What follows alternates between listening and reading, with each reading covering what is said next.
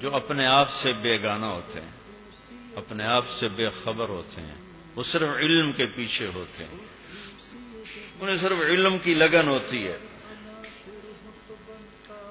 کپڑوں سے بے پرواہ، زیب و زینت سے بے پرواہ، پھٹے ہوئے پاؤں، غبار آلود کپڑے، لمبے بال، سفر کر کر کر چمڑی اور کھال باقی رہ جاتی ہے، گوشت ختم ہو جاتا ہے، کبھی یمن میں نظر آتے ہیں، کبھی عراق میں نظر آتے ہیں، کبھی شام میں نظر آتے ہیں، کبھی حجاز میں نظر آتے ہیں۔ یہ ہیں علم کے لینے والے۔ ہمارا بہت بڑا علم چلا گیا سفر نہ کرنے کی وجہ سے۔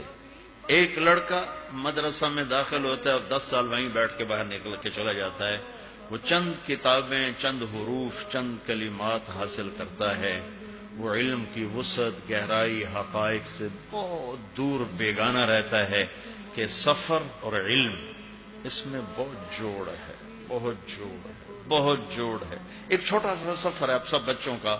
اللہ آپ کو، میں پہلے آپ کے استاد جی سے کہہ رہا تھا کہ دنیا پھری ہے، بر صغیر پاکستان، بنگلہ دیش جیسے طلبہ پوری دنیا میں نہیں دیکھے جو اپنی زندگی کا سب سے قیمتی وقت لا کر مدرسے کی چار دیواری کے حوالے کر دیتے ہیں، اور 10-11 سال کے بعد انہیں کچھ نہیں پتا کہ اب ہمیں کرنا کیا ہے، مجھے جانا کہاں ہے۔ اس کے پاس نہ کوئی بنیاد ہے، نہ کوئی بیس ہے کہ جس پر وہ آگے اپنی زندگی کی کسی بھی ترتیب کو قائم کر سکے۔ یہ قربانی پوری دنیا میں نے نہیں دیکھی۔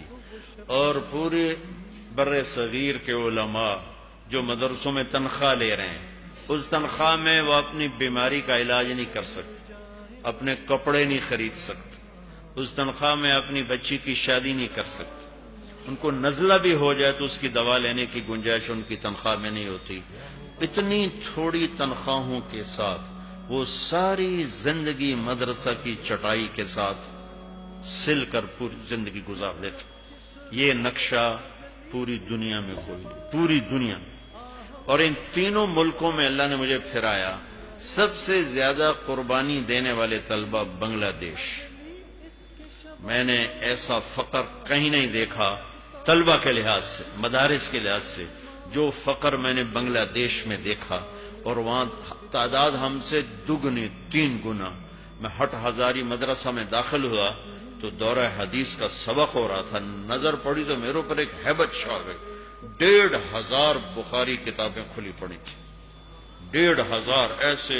میں نے کبھی زندگی میں اتنا دورہ حدیث کا سبق دیکھا نہیں تھا، میں ایک دم ایسے ہوا، میرے اوپر ایک ہیبت طاری ہوئی، پھر ایک نظارہ تھا، میں دیکھتا رہا۔